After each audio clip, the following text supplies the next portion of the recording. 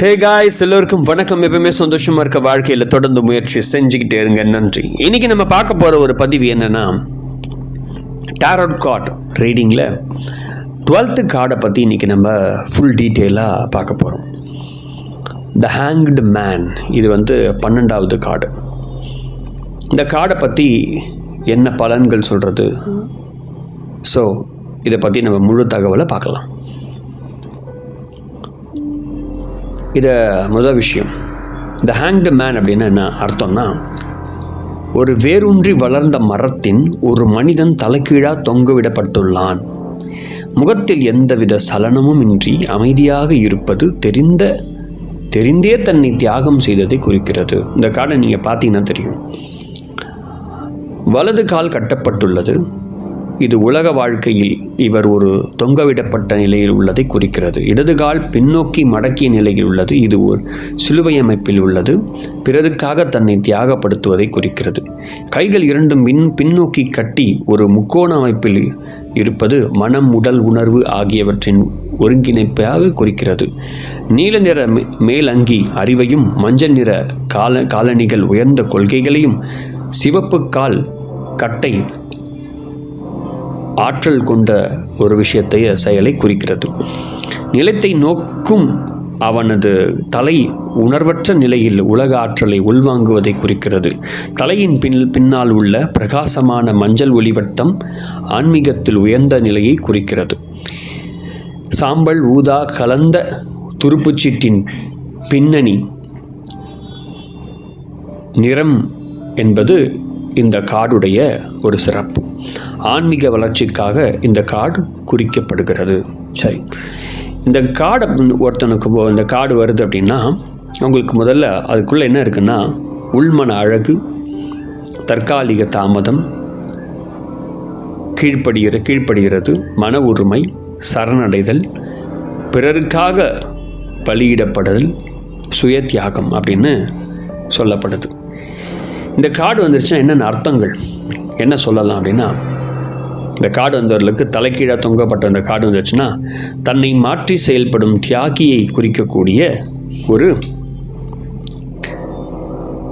Card அப்படின்னு நீங்கள் சொல்லணும். அதுக்கு பிறகு இந்த கார்டுடைய துருப்புச்சீட்டு, இந்த கார்டு ஒருத்தருக்கு வருது அப்படின்னா, அந்த கார்டில் எதிர்மறையாக இருப்பது மாதிரி தோன்றினாலும் முழுவதும் நேர்மறையாக இருக்கக்கூடிய ஒரு கார்டு. மற்றவருடைய பொறுப்புகளை, பிரச்சனைகளை தன்னிலை ஏற்றுக்கொண்டு எந்தவித எதிர்பார்ப்புமின்றி உழைப்பவர்களுக்கு கௌரவமாக வாழ விரும்பக்கூடிய ஒரு நபர் அவர்.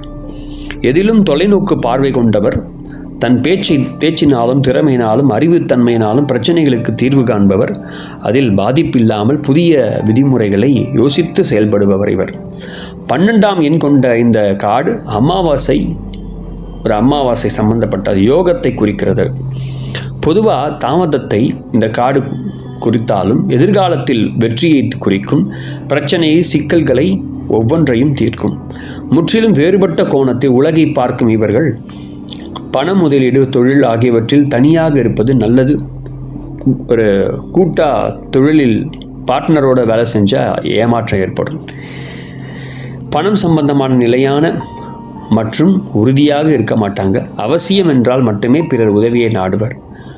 புதிய தொழில் தொடங்குதல், வேலைவாய்ப்பு, லாபம் தரும் செயல்கள் மற்றும் பொருளாதார அதிர்ஷ்டங்கள் விரைவில் கிடைக்கும். தற்போதுள்ள நிலை தற்காலிகமாக ஒரு நிலை தான், டெம்பரவரி தான்.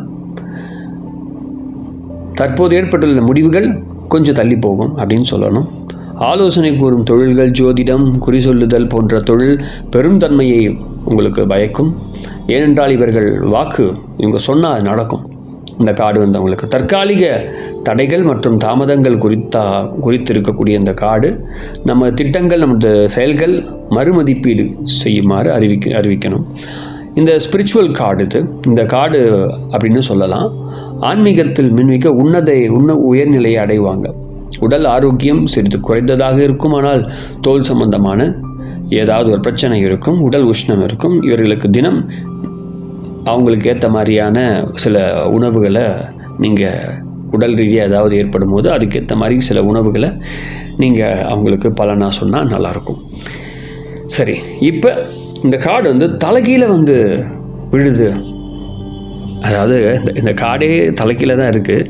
இது தலைக்கீழ நேராக இருக்கிற மாதிரி இருக்கும். அப்படி இருந்தால் என்ன அப்படி பலன் அப்படின்னா, தலைகீழ வந்தால்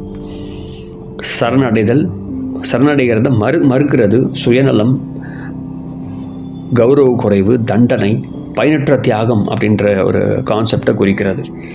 இந்த தலைக்கீழாக இருக்கக்கூடிய இந்த கார்டு வந்ததுன்னா தியாகம் செய்தும் அதற்கு பலன் கிடைக்காமல் ஏமாறக்கூடிய ஒரு தன்மையை குறிக்கிறது. கடவுள் நம்பிக்கை இழந்திருப்பாங்க, சுயநலத்திற்காக தவறான விஷயங்களை தெய்வத்தை அணுகுவாங்க. உதாரணம், நிறைய விதமான தேவையற்ற விஷயங்கள்லாம் செய்வாங்க. இந்த பலி கொடுக்கறது அதெல்லாம் பண்ணணும்னு நினைப்பாங்க. அதெல்லாம் தப்பு, அதெல்லாம் பண்ணக்கூடாது.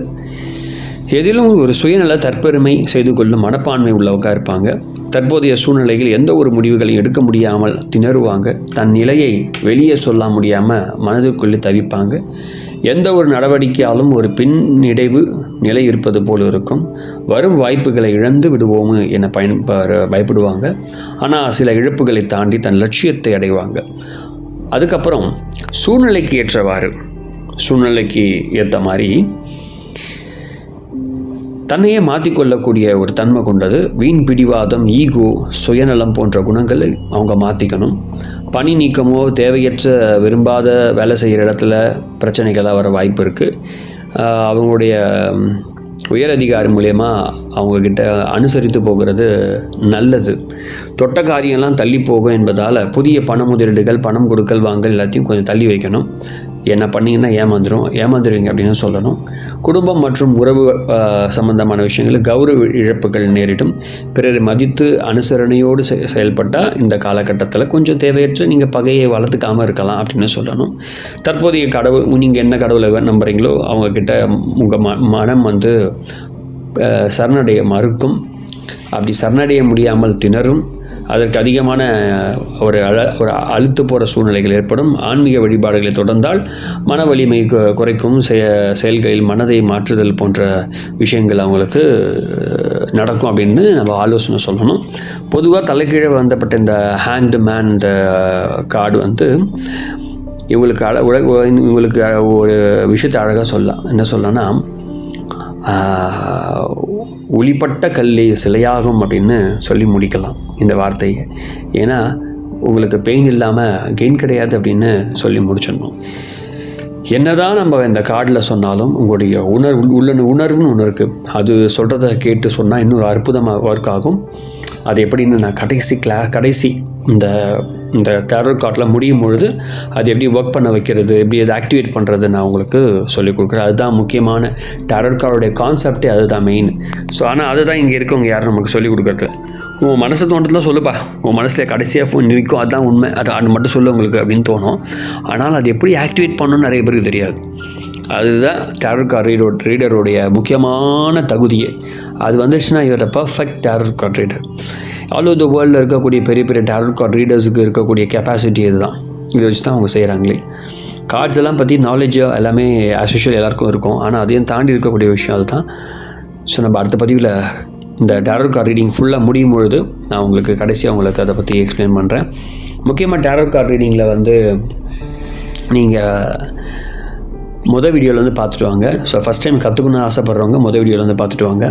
இப்போ ஆல்ரெடி டேரட் கார்டு ரீடர்ஸாக இருக்கீங்கன்னா உங்களுக்கு ரொம்ப ஹெல்ப்ஃபுல்லாக இருக்கும் ஒரு ரிவைஸ் பண்ணுறதுக்கு. ஏன்னா நீங்கள் படிச்சிருப்பீங்க, இது தமிழில் ரொம்ப ஈஸியாக இருக்கும். நான் சில புக்ஸ் ரெஃபரன்ஸோட சில புத்தகங்கள்லேருந்து தமிழாக்கம் செய்து நான் உங்களுக்கு இப்போ பகிர்ந்துட்டுருக்கேன். ஸோ இன்னும் நிறைய பதிவுகள் வந்துகிட்டே இருக்கும். இது இட்ஸ் ஃப்ரீ ஆஃப் காஸ்ட். இது நாட் பே. ஸோ அதனால் நீங்கள் கண்டிப்பாக இதை கம்ப்ளீட் பண்ணுங்கள். நீங்கள் டேரட் கார்டு ரீடராக ஆகிறதுக்கு என்னுடைய மனமார்ந்த வாழ்த்துக்கள். கூடிய விரைவில் நீங்கள் டேரட் கார்டு ரீடராக கண்டிப்பாக மாறுவீங்க. ஒரு பதிவாக பாருங்கள், உங்களுக்காக முழு பதிவை நான் முடிச்சிடுவேன் கூடிய விரைவில். ஸோ அற்புதமான பலன்களை நீங்கள் சொல்லி அற்புதமான மாற்றங்களை நிறைய பேருக்கு கொண்டு வாங்க கூட. மிக நன்றி. Thank you very much. நன்றி. மறக்காமல் வீடியோவை சப்ஸ்கிரைப் பண்ணுங்கள். டேரட் கார்டு ரீடர் படிக்கணும்னு ஆசைப்படுறவங்களுக்கு இந்த வீடியோவை ஷேர் பண்ணுங்கள்.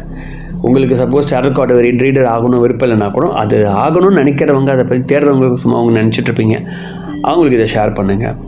ஆல்ரெடி அஸ்ட்ராலஜர் படித்து முடிச்சுட்டு இருப்பாங்க. ஸோ அவங்களுக்கு இதை ஷேர் பண்ணுங்கள். அவங்களும் தெரிஞ்சுக்கிட்டு அவங்கள அதை ப்ராசஸ் பண்ணட்டும். Thank you very much. அடுத்த பதிவில் வேறு வித்தாக்கணும்னு மன்னிக்கவும். 13th பார்க்கலாம் கார்டை பற்றி. Thank you very much.